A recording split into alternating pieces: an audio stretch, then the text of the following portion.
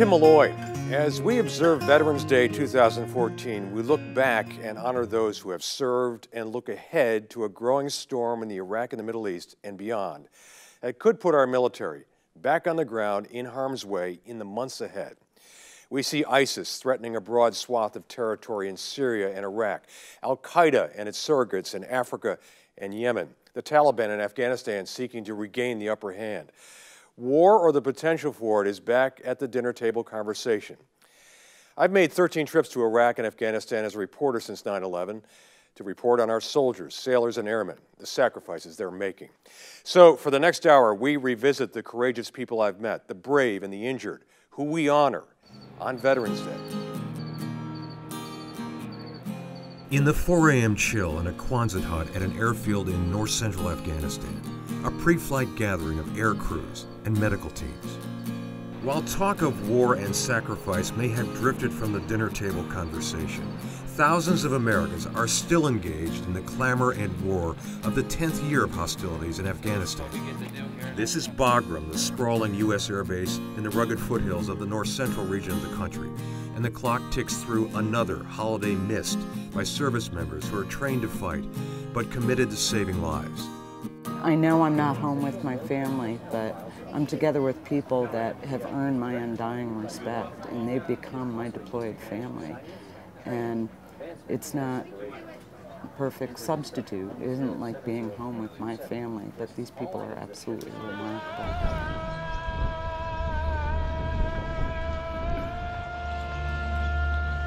You heard about CCAT, right? They're running really late. We're not going to make her take off. Their patients are pretty bad. They just loaded them in the ambulance and they're on their way. Every second counts. I mean, when the soldier's out there, every second absolutely counts to get them back to a surgical level of care. He should have an IVAC, a pump. He's got an IV right here. We pull 24-hour shifts. I could tell you all my guys, they're fatigued, but it's the mission. It's knowing that the guy on the ground out there, or gal on the ground, is waiting for us, keeps us going. As soon as you get him put back, let's get these CCAT guys loaded.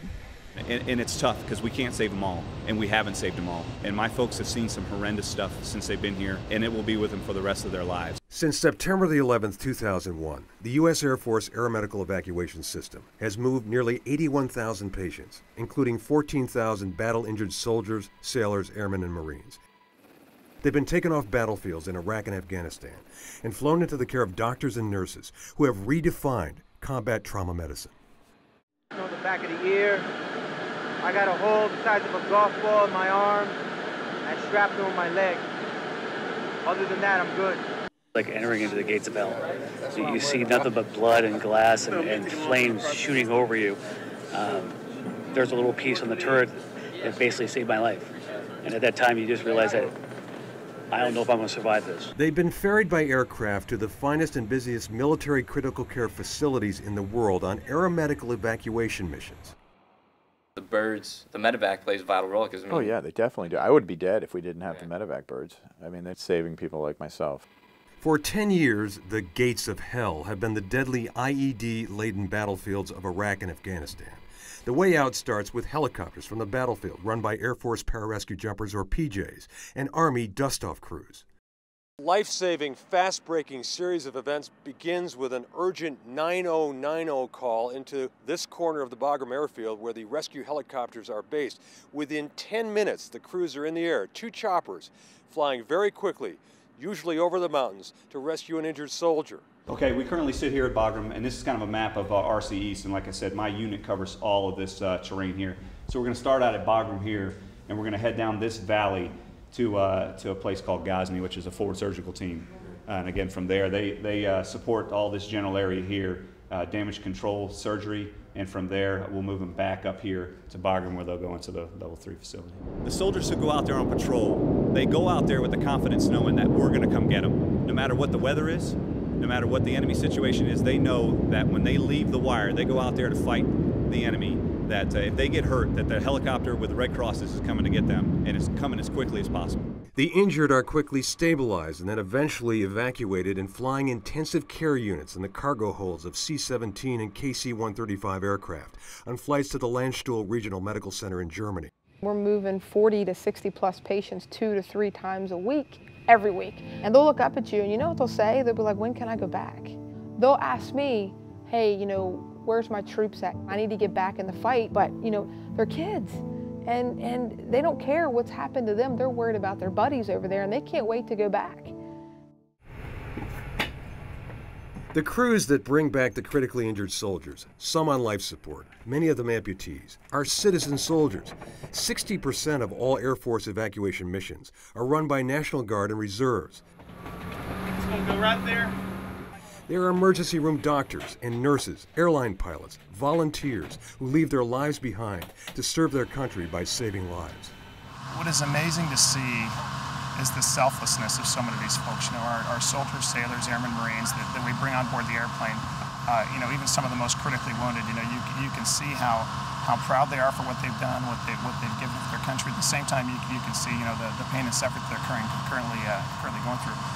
What I get the most out of it is especially the Aeromed crews. You know, you have the critical care teams, you have the doctors, the nurses, the respiratory therapists, the med techs, and to see how they'll work tirelessly, you know, for 10, 12, 14 hours to take care of our most critically wounded. It's heartwarming, you know. Again, especially with all the devastation here, you see some people doing some wonderful things.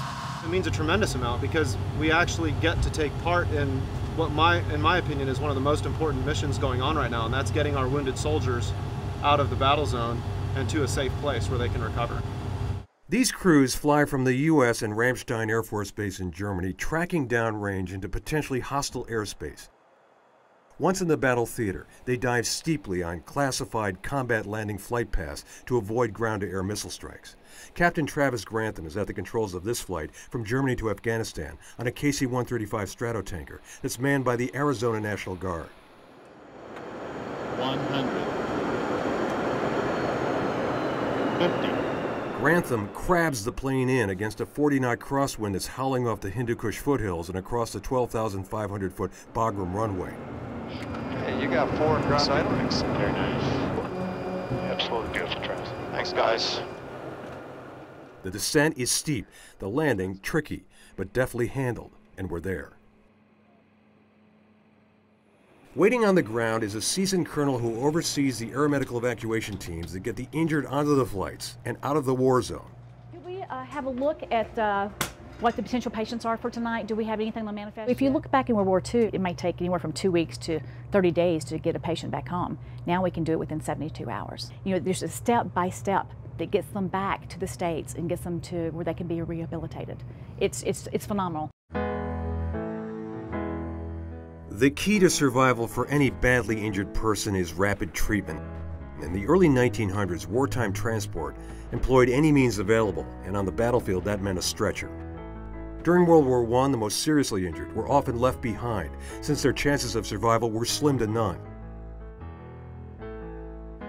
Once they reached an aid post, wounded soldiers might travel by ambulance or train to an evacuation hospital, or by ship back to the U.S. Slow travel and the fact that antibiotics had not yet been discovered meant a wounded soldier had a less than 30% chance of survival. The idea of removing injured soldiers by aircraft began with the 1918 Curtiss JN-4H Jenny, which was a training aircraft. It was modified to carry 1 patient and was soon followed by other air ambulances that could carry 2 to 4 patients on litters, a medical officer, and the plane's pilot.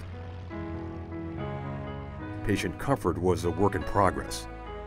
Despite these early experiments, before and during much of the Second World War, almost all wounded soldiers were transported by slow and costly hospital ship or train. Ambulances transfer the wounded to hospital trains. Nurses of the Army Medical Corps traveling right with the men to provide every possible comfort during the first stage of the long journey home. At base hospitals, they rest and are prepared for the voyage back to America. With the global scale of World War II, the military began evacuating wounded soldiers in cargo planes that were returning from the battlefield empty. By the end of World War II, in 1945, more than 1 million wounded soldiers had been evacuated by plane. The Korean War came next. I was in Korea itself for 14 months, flying the wounded from Korea to Japan. Put them on board the cargo planes and flew them to various hospitals in Japan. That got them their wounds tended to a lot quicker than they would have 50 years ago in an old ambulance. I wanted to help. My mother says, fine, go. She was behind me. I said, I'd like to go into the nurse corps, and went through that course in Alabama, and then I was sent overseas to fly the wounded from Korea to Japan, and for the wounded, I go back and do it all over again. As crippled up as I am, and for any country, I would go and get on a plane and bring the wounded out if I could. I still have that same feeling.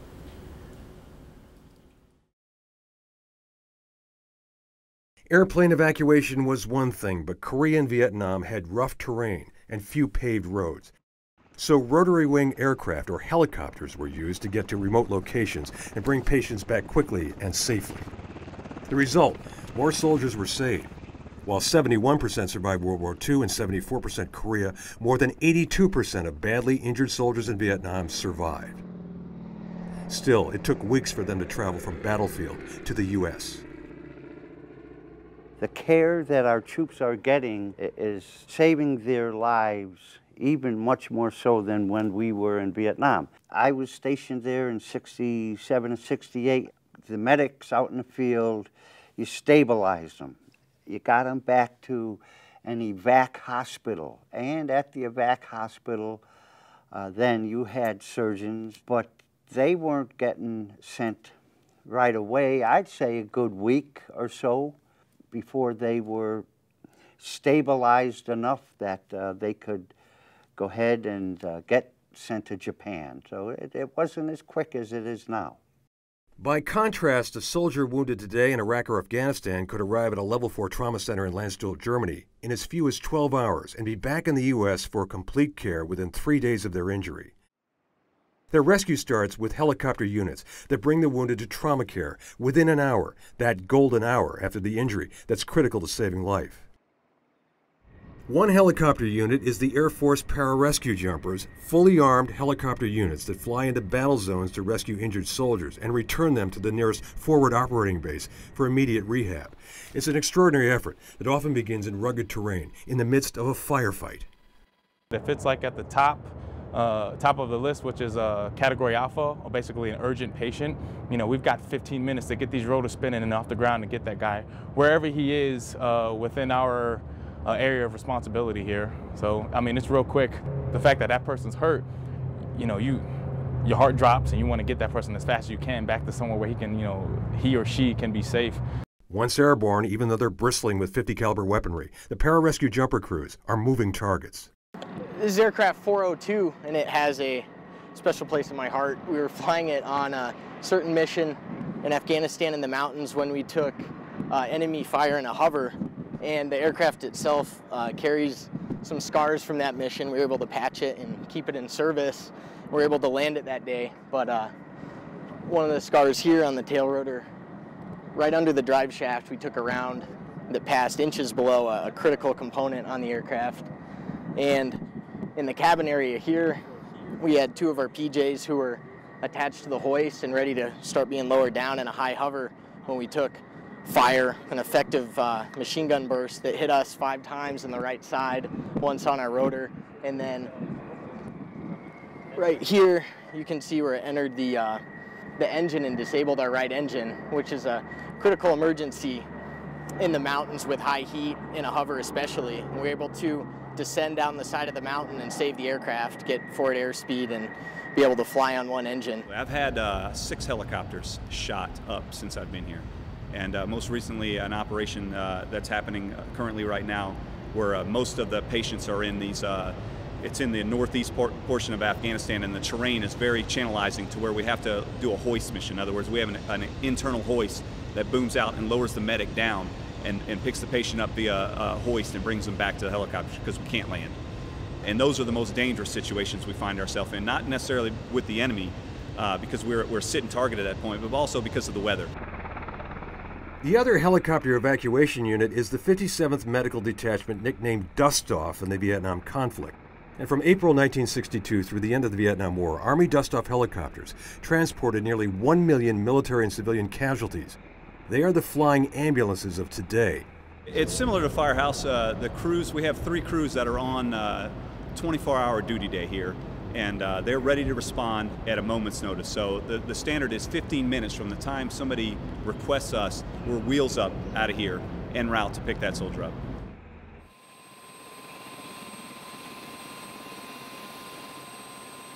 It's midday on the tarmac at Bagram Airfield in Afghanistan, and the dust-off air ambulance crews prep their Black Hawk helicopters for a bandage run from a forward operating base to Bagram. It's called a bandage run because the patients have already received some trauma care at a level 1 base where they're being picked up. Unlike the pararescue jumpers, dust-off units are not heavily armed because they fly as Red Cross units under the Geneva Convention. Still, their work is fraught with danger. Today, we're headed to Ghazni, southwest of Kabul, to pick up 4 patients. 2 are U.S. soldiers who suffered concussions in an IED blast. We're also picking up an Afghan soldier who was shot in the leg. We don't do this mission alone. We have had to fight our way into those patients using attack helicopters or even the ground force to try and secure at least an area at a period short enough to where we can get in, get the patient, and get out. That always doesn't work out, thus why 5 helicopters have taken rounds. We sweep over Kabul, Afghanistan's largest city, taking the Afghan patient to the Kabul hospital. The crew scans the area around the landing pad, ready for any threat. Later that night, Taliban suicide bombers attacked the Intercontinental Hotel in Kabul, killing 10 people before NATO forces stopped them. Intensive care for soldiers who have traumatic injuries is provided by Critical Care Air Transport Teams, or CCAT. They include a doctor, a nurse, and a respiratory therapist. They will never leave the side of trauma victims, from the early point of injury right through the long flight to Germany.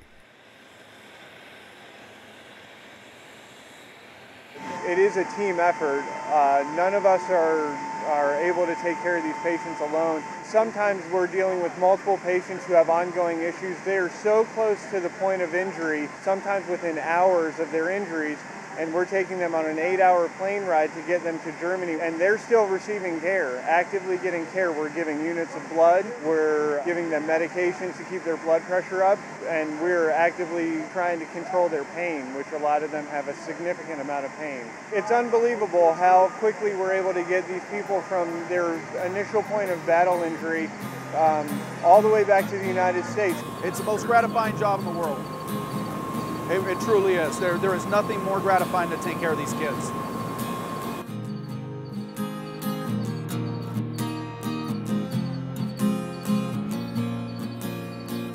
I am serving my country and taking care of these young men and women. They're taking bullets for me.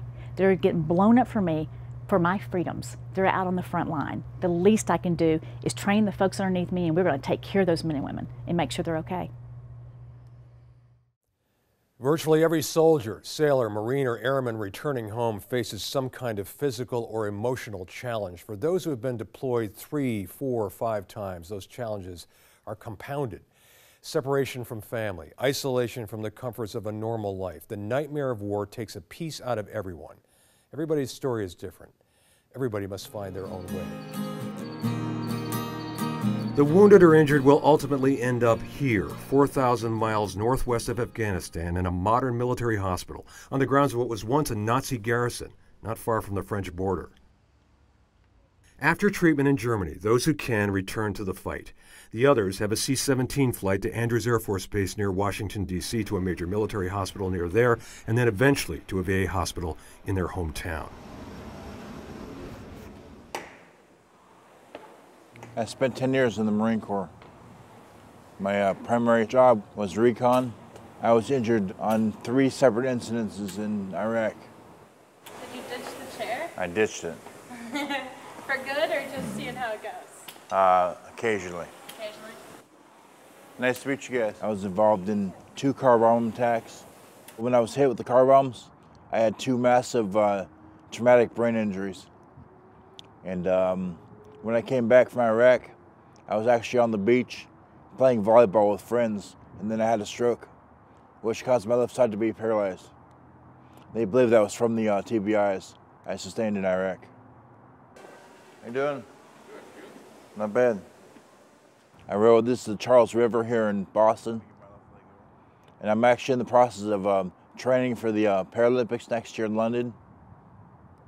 So I row 5 days a week here. It's a great facility, lots of river to row in. Right now it's a bit cold, so in the wintertime they move the rowing inside. We use the machines called the erg, because I row one-handed because I just have use of my right arm. My left arm is still under rehab. I also could not walk after my stroke, but I can walk now. So the rehab is 1 day at a time. What do you want your... Can I get that set to 15,000? Good. Okay. All right. All right, Carl. Thank you.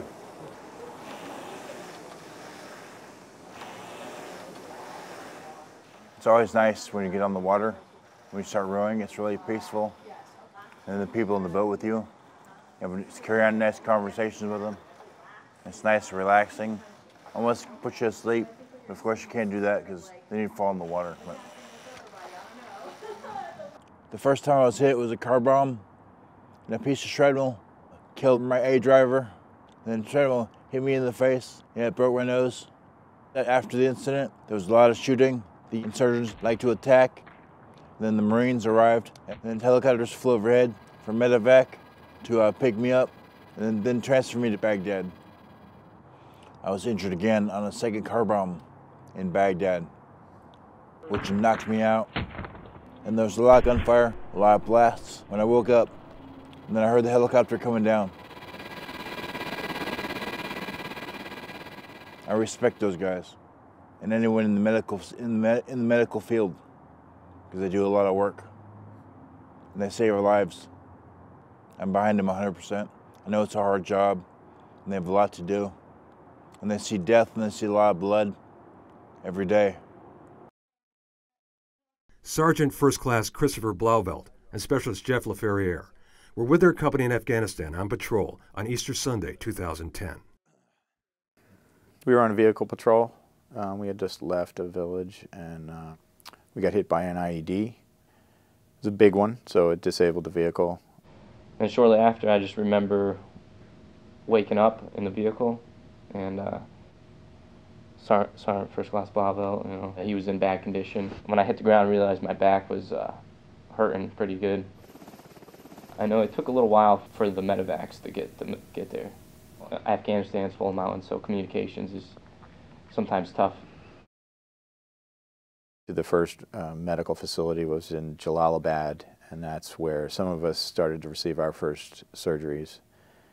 And some were medevac shortly after that to Bagram. They saw that I had some fractures in my back, and I was the first out of there on a medevac. Once I got into Bagram, my memory's kind of in and out, but they put me under, and the next thing I remember, I was waking up in Germany. Sergeant Blauvelt, he was still in intensive care for a while, and way too long. Yeah, I didn't get to see him for about, I think, maybe a week or something. Holding hands. Yeah, we were holding babies. I was in a wheelchair and stuff. My mom rolled it down there, I was concerned, at Jalalabad, we heard them rush him into the operating room, so. I'm not someone people worried about anyways, I don't think. We worried about you. I wasn't like that, come on. I had, stitches in the forehead, broken nose, stitches in the chin, broke my C7, so they removed the disc above and below that and fused it. I had a blood clot, so they put in one of those little cages near your heart.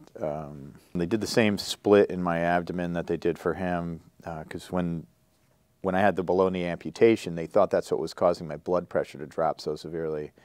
And when they cut it, it wasn't. It was the pelvic fracture that I had that they didn't know about yet. So I broke every bone in my lumbar spine. I broke my T4, so they fused me from my T10 all the way down to my pelvis. Bowel obstruction, broken ankle and broken foot, collapsed lung. I would be dead if we didn't have the medevac birds. I mean, there's no way I would have survived that amount of time driving. It is amazing to think about, though, in combat zone that you could get to a surgeon within 25 minutes or whatever the flight is. It doesn't get any better than that. They're out there to save lives, and they're doing it at all levels. And one of the best feelings you can hear is a helicopter coming in if you need it. Staff Sergeant Joseph Beimfohr heard the blast that took his legs and remembers the sound of the incoming Black Hawk. I remember everything. I was looking down at the wire, following the wire on the ground, and I heard a loud pop. It wasn't really an explosion, it wasn't a boom, it was more like a loud pop. And I got hit with shrapnel and debris. I was stunned, I didn't really know what would happen, and I looked down and blood was pouring out of my vest. On July 5, 2005, as the dust from the explosion settled on a heavily mined road in Bakuba, Iraq, the medics knew there was little time before life would slip away from Joe Beimfohr. His lower body had been shattered by an improvised explosive device that was planted in the road by insurgents. A member of his 1st Infantry Cavalry Scout Patrol, who was walking slightly ahead of him, was dead on the ground. I did talk to my medic who treated me that day, and he said when he put me on the helicopter, he thought I was dead. Once again, a Black Hawk scrambled to the scene of an IED attack, and for Joe Beimfohr, it did not look good. My left leg below the knee was blown off actually at the site. It's what they call a traumatic amputation. And my right leg, because I was so close to the blast, it essentially splintered all the bones in my right leg and ripped all the blood vessels and arteries in my right leg. So my right leg was so badly damaged they couldn't salvage it. I was bleeding from my abdomen, I was bleeding from my femoral artery, I was losing a lot of blood. So when they called the medevac from Balad is about a 45-minute drive from where we were. So by helicopter it wasn't that far at all. So they got out to us in 12 minutes. And then once they saw how badly I was injured and had to get back to the hospital, they actually got me back to the hospital in about 6 minutes. I guess they routinely do they clear their landing zone before they land patients at the hospital, but they didn't do that with me. They just came in hot, landed, and took me in. Stabilized in Iraq, kept alive on the flight to Germany, Joe was sustained by the gentle care of aeromedical units, then teams of doctors and nurses and physical therapists. Nearly 70% of the war injured are victims of IED blasts, and soft-spoken Joe Beimfohr, who dreamed of being an LAPD SWAT member after he finished his tour, is one of them. When he came home, his body was broken, his will was not. But there were so many unknowns. What's it going to look like when I wear prosthetics? How am I going to walk on these things? What are people going to treat me like? You know, am I going to be able to date? Am I going to be able to get married? Is somebody going to find me attractive, missing no limbs? 19 marathons later, proudly wearing the colors of the Achilles Track Club that sponsors disabled racers worldwide, Joseph Beimfohr counsels other service people who have not been able to embrace recovery and look forward as he has. Soft-spoken about his service, he asks little back for his sacrifice. All I want to hear is somebody say, "How you doing? Were you a veteran? Yes. Thank you for your service." That's all I want. You know, I got into an argument with a guy the other day because I can't remember where I was at, but he walked up to me and said, "How'd you lose your legs?" Not, "Hi, how are you doing? Were you a veteran? Did you serve in Iraq and Afghanistan? How'd you lose your legs?" So you want me to tell you the worst day of my life to a complete stranger, and you don't even want to have the courtesy to introduce yourself. So, you know, be kind, be nice, and just thank them for their service. Back in Tampa, Joe Beimfohr, who proudly reveals he's part Cherokee, whose friends call him Mighty Joe, gets ready for another race. There isn't an ounce of self-pity in his voice, not a flicker of bitterness. Spend one afternoon with Mighty Joe, and there's only one conclusion you can draw. This is the kind of guy they write books about. When I was on that helicopter, that medevac, when I first got injured, I said a prayer to God, asking to spare my life, asking to let me live. But if he wanted me to come home, I would go home. I was ready. You know, I confessed my sins. My soul was saved. If God wanted me to come home, I would have went home. So when I woke up and I was alive, that's all that mattered. Yeah, I lost my legs, but I was alive.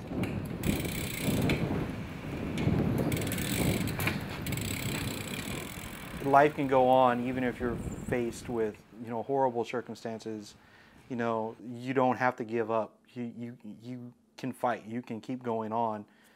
You know, I am disabled now. I have a disabled life, but that doesn't mean that my life stopped. It's just, it has to be adapted. It has to be modified, but it still goes on. Life goes on back here at home for many with great difficulty. Of the 2.6 million soldiers, sailors, airmen, and Marines who served in Iraq and are serving in Afghanistan, a third came home physically or emotionally injured. We've heard a lot about PTSD, post-traumatic stress. Few deny now it's real. It's a societal crisis. Listen to Major Alicia Wright, whom I met in Afghanistan. She spent a year deployed with Marines in Helmand Province, with young men engaged in ferocious fighting nearly every day. You can't prepare people for what happens here. There's no preparation for it, so there's no training program, there's no month in the field that gets you ready for what actually happens when you're here. Can you look okay and act okay and not be okay? Every day. Some of these folks are professionals at looking okay and acting okay and not being okay. And they're carrying all that home. Correct. Into a society that has no understanding of what they deal with here every day.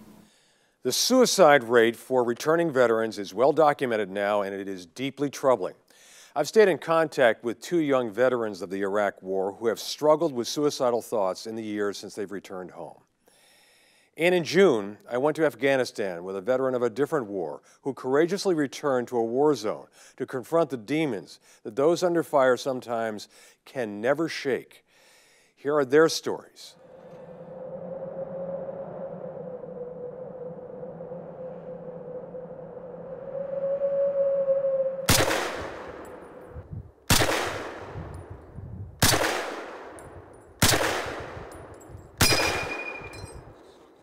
Travis Drew enlisted in the military right after the 9/11 attacks. He served as a medic with combat troops on the ground and with the Army's fabled dust-off helicopter crews in the air.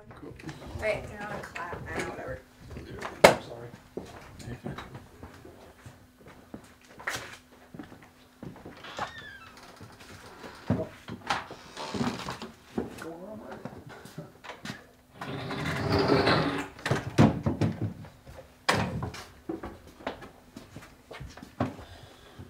This is my death card that I put on.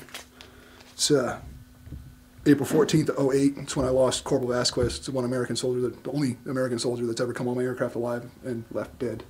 To top it off, he was an acquaintance, and that's a rough one for me. A lot of stuff from the different units, the different times downrange. He's on 100% disability for post-traumatic stress. It's unfortunate, but it's the staunch reality of it. We're never going to be the same as we were before. You know what I mean? You can't, there's, I don't know, chemical imbalances or whatever you want to call it, but things have shifted entirely too much. It's like a Pandora's box, because you go from everything that you've had clogged up for so long, and then it's like a mushroom cloud going on in your head. When all this first went down, I still have times like this now, I equate it to a few different things. It's like a pile of white coat hangers in my head. Take a freaking big mass of, they all got to be the same color, shake them all up, throw them in a box, throw them on the floor, now try to easily and quickly, you know, discombobulate them all and put them back the way they're supposed to be. It's not going to happen.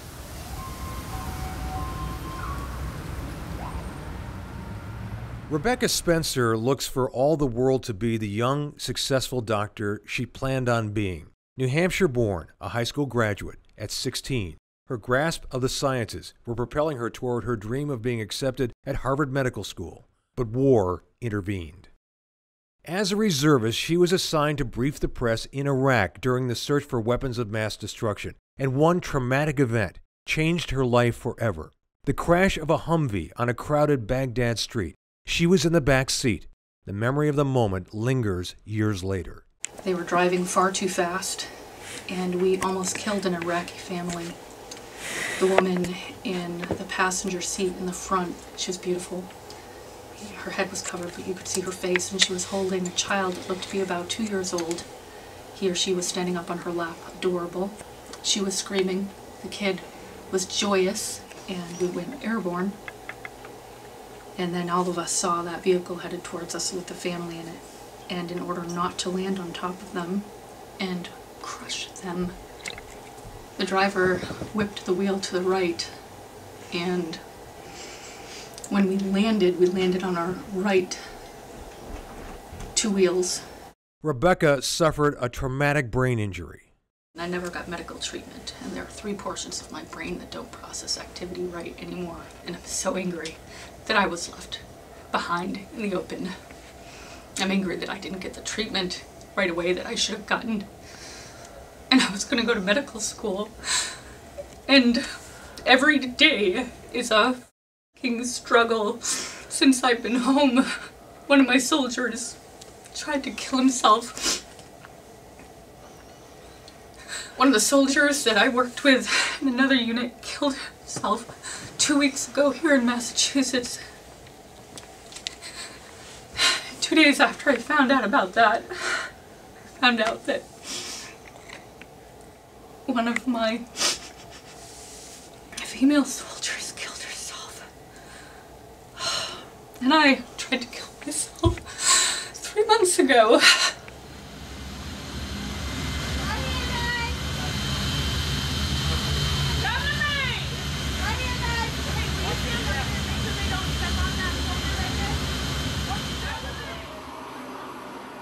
Ramstein, Germany, May the 8th, 2 weeks before Memorial Day. After 13 years of war in Afghanistan, the caring choreography of bringing the wounded home is executed with precision.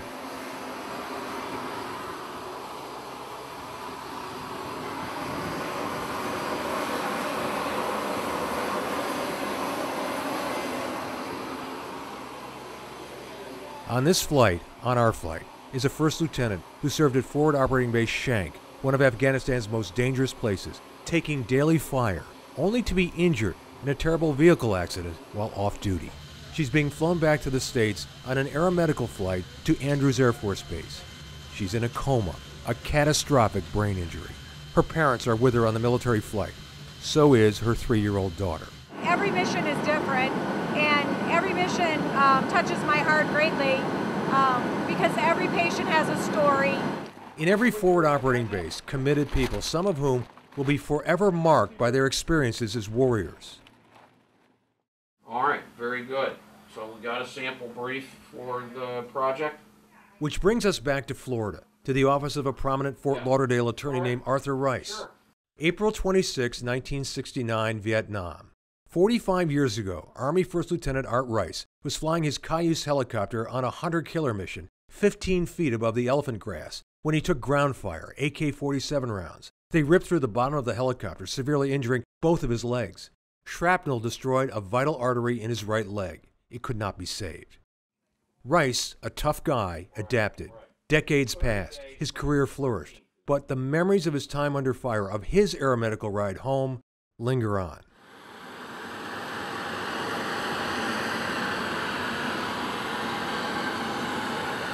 You would think a man who was given that much to his country would never venture that close to the fight again. But there was Art Rice, boarding an Air Force flight to Germany, an aging warrior, headed into what some consider the heart of darkness, Afghanistan.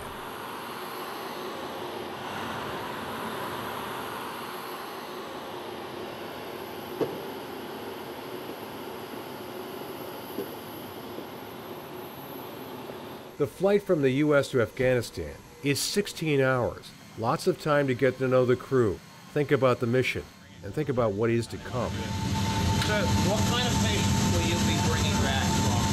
It runs the whole gamut. We got inpatient and outpatient.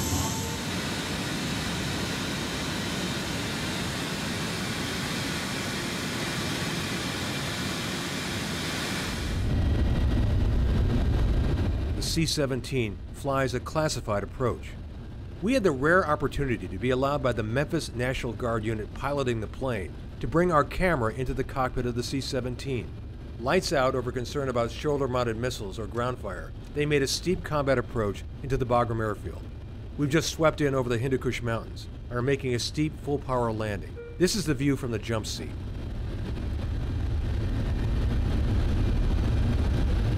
Minimum.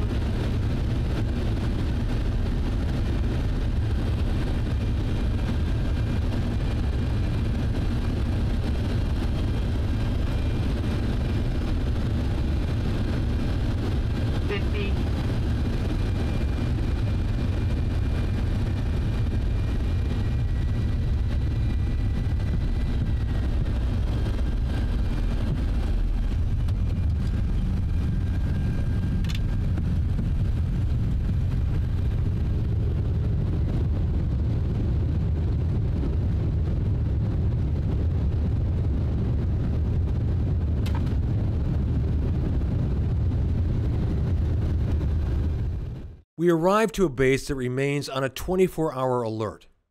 The old Russian control tower still stands at Bagram Air Base, a reminder of Russia's disastrous war in Afghanistan. Once you step off the plane, onto the tarmac, then into the hangar where the rescue helicopters are, you realize very quickly the war is still going on. I mean, this is, another deployment for many of us. We're still doing this rotation, I mean, we're missing our families too, but at the same token, these young men and women are out there, and that's what we're here to support them. And, because they are out there. Trusted Afghan nationals are still allowed on the base, but security is extraordinarily tight. The U.S. military generally stays inside the wire unless there is an imminent threat. Rice's arrival at the dust-off hangar, the reception given him by the Army's Airborne Rescue Squadron, is deeply moving. 2 generations have flown wartime missions since Art Rice was under fire in Vietnam, but the young medics and pilots welcome him as a brother. You see the Black Hawk and think back to when I flew the helicopters, it was like they had dirt floors and wooden rotor blades in comparison. So that's an amazing piece of machinery. I'm like excess baggage. I'm like, when I heard he was coming over, I just... The connection between Rice and his modern-day counterparts is immediate. I couldn't get over all the guys in Afghanistan are thanking me. And, I found that to be just so incredible that I was just blown away by it. It was me, who really, should have been thanking them. You see anything under their wood? I don't see anything down there. Missions here are still in the Army vernacular kinetic. One of the Blackhawks recently took heavy fire rescuing an injured soldier. The Red Cross on the helicopters means absolutely nothing. In fact, it makes the Blackhawks even more prized as targets. The Taliban does not honor the Geneva Convention.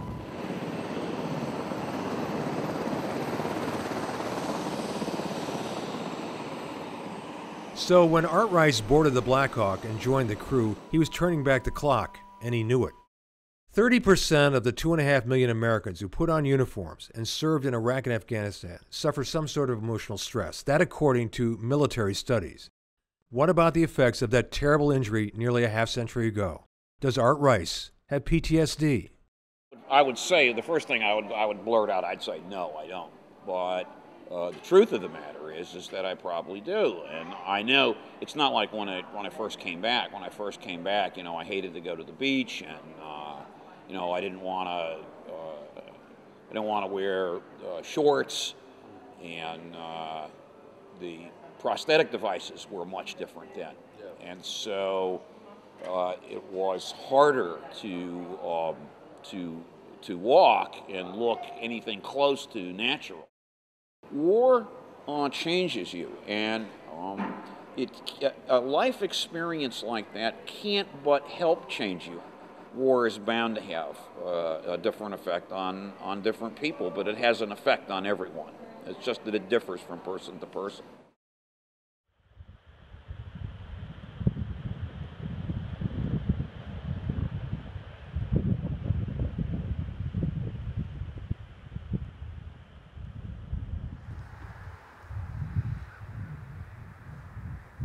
Back over here then.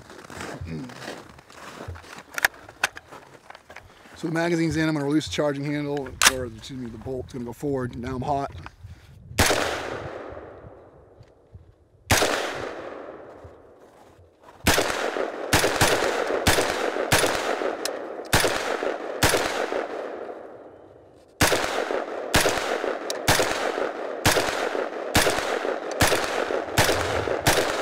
High capacity magazines.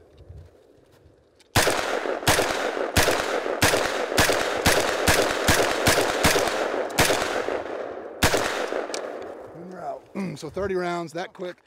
Travis Drew is several years out now from the horrors of Iraq. He lives on a hilltop in a rural town with his wife and small kids in Maine. He says he likes the 360 view of approaching vehicles. For the most part, I'm on high ground. I can see my routes. I know my exit and my vantage points. I know the community. I generally, for the most part, know the vehicles that are up and around when people are going slow or whatnot. I was a maintenance test pilot, kept all the aircraft up and running. Joshua Kepfer. He was a crew chief. He's surrounded by other veterans who have had similar experiences, and he finds comfort in that. I experienced hearing voices for a while. I experienced seeing dead people for a while. The person that I kept seeing was a soldier that I lost. You know, the voices that I kept hearing, I don't know what the hell, where they came from, it wasn't mine, and all I said was all the time. I get irritated and it's just, you know, I'm not schizophrenic, I'm not crazy, I'm a little disconnected here and there. Rebecca Spencer, who relies on cranial sacral massage as therapy, still struggles daily. The TBI, the traumatic brain injury she suffered when her Humvee flipped, has led to emotional and physical complications. So I was in so much pain when I came back, and my kids found me unconscious a few times and were terrified. And I have a heart problem. I've been diagnosed. I go into irregular rhythms and PTSD. And at first, I was like, no, I'm gonna get better. I don't have PTSD. I don't want that diagnosis. But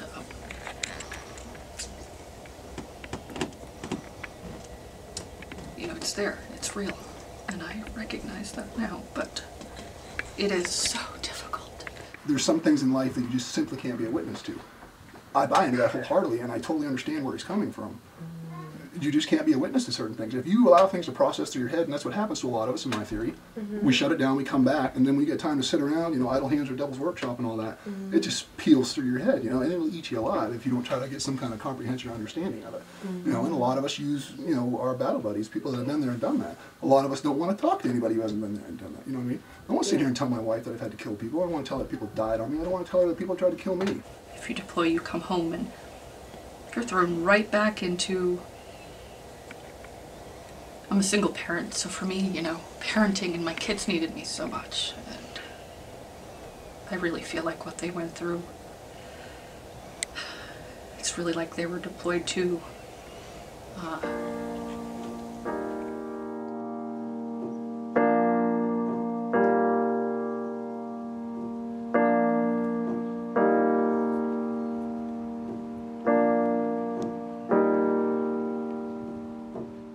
Most of us have never been to war. Most of us have never served in the military. Only 3% of Americans are active in that community. And very few of us have sacrificed with no bitterness the way Art Rice has. Earl Barnhart. That's gross. Did you lose guys, friends? No. Never did. No. Huh. You know, not in a unit that I was assigned to. Guys that I knew in OCS, a lot of them died.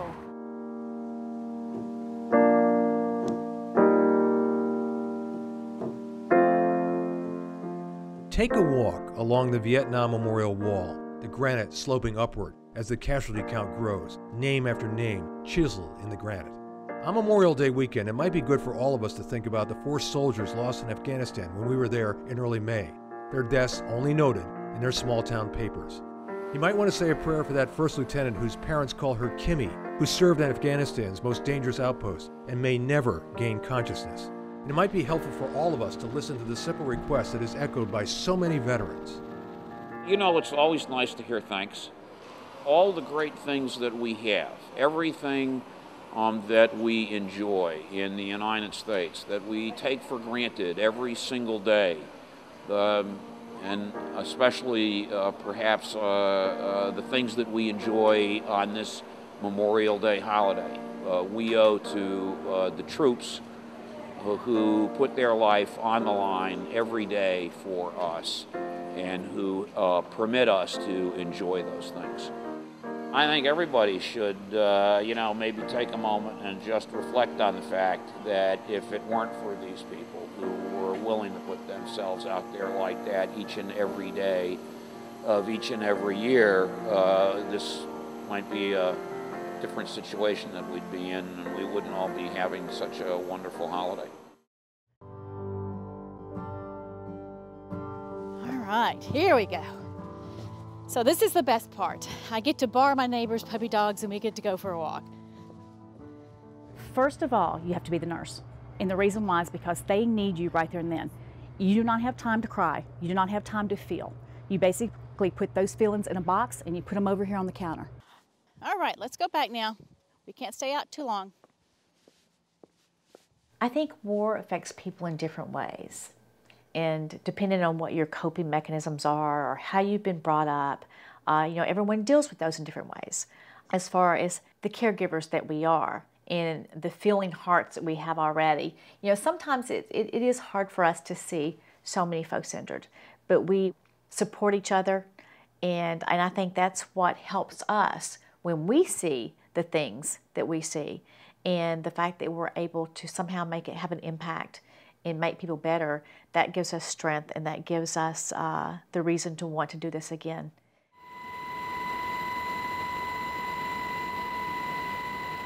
There's a lot of assumption, out there that, oh, well, the medevac guys, I see that every day, they're used to it, and that's really not the case. I mean, we never want to see that, but yeah, unfortunately, that's our business, and we end up having to see a lot of destruction, a lot of hurt soldiers, and it gets to us. We'd all be lying if we said we came back and everything was the same. My wife will tell you I'm not the same person I was back in 2002. It eventually has a toll on the human psyche. You learn coping techniques, but a little piece of you never leaves there. A little piece of you, you're always thinking about it. Every day I wake up and I hear about things that have happened over there, and you kind of regret that you're not there to help out. Come on, come on. My wife, she is really the strength that keeps me going, without a doubt. And every soldier, I mean, their family is their core. So that's that second motivator besides the mission that keeps us going and doing what we do, is because we're doing this not only for our country, but for our families as well, and for our children, in hopes someday that they never have to see what we have had to see. So why do you do this?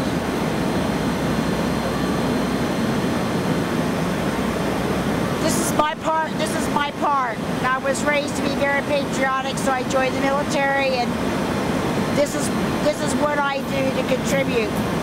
As the war grinds through its 10th year, here's what the aeromedical crews would like you to know. The fight rages on. Many of the people I'm here with, this is their third, fourth, fifth trip out. It's a mission that's not done. The wounded, some on life support, are being moved from point of injury to forward operating base, to the Bagram Hospital, to flying trauma wards, to Landstuhl, Germany, then home, eventually to VA hospitals nearest their hometowns. It hasn't stopped for 10 years. On this chilly winter night, the wounded are gently transitioned from ICU to the bustling hold of the waiting C-17, which will soon disappear into the night. Not a crew member here will be home for Christmas, or Hanukkah, or New Year's. Most have families. No one complains. We want the guys to go home and see their families, their kids, their brothers, their sisters, and I mean their parents themselves. And it'd be nice for them to have at least that holiday with their family if they could. There's no greater joy on Christmas than saying, I'm putting someone on a plane and getting them home to their family for Christmas. There's just nothing like that.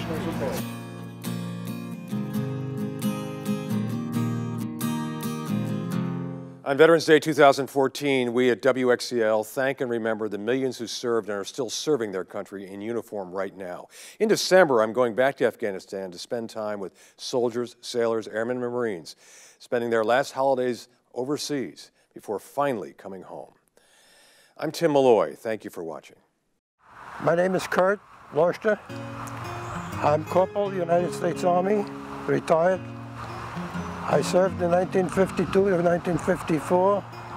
My serial number is US 511-46823. Michael Corbett. I served in the United States Marine Corps 1964 to 1970. I was in Vietnam in 1965 and 66 as a machine gunner. My name is Bernard Soberman, the opposite of drunk. I served in Europe in the infantry, private first class. My name is Herb Rubin. I joined the Navy when I was 19 years old. Frank Pickett. I served in Vietnam from 1968, 1969. My service number is RA 14765-282. I spent 20 years in the military from 1961 to 1981. I'm Stanley Gaplick. I live here in Delray Beach. I was in the U.S. Navy. I enlisted in March of 1952 and I was discharged in June of 1956. Tom Kaiser, U.S. Navy vet, World War II. Joined the Navy on my 17th birthday, kid from New York. Got to the Pacific in time for Harry to drop the bomb, so I got to bring a lot of guys home from China and Japan who had been out there. And because of guys that died, I was able to come home and live with my family in peace.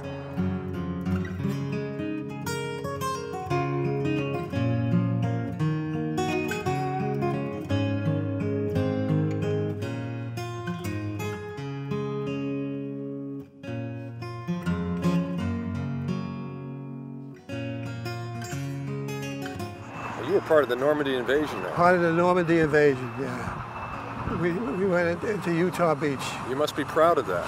I was very proud of it. Until you are forgotten, you're never dead. You are still alive as long as people remember you. Don't forget them. Go to the cemetery if they're buried here, okay? Go to a memorial park. Go to some veteran service and pay your respects. We can't forget them, because without them, we're speaking a foreign language or we're dead and we're not here today.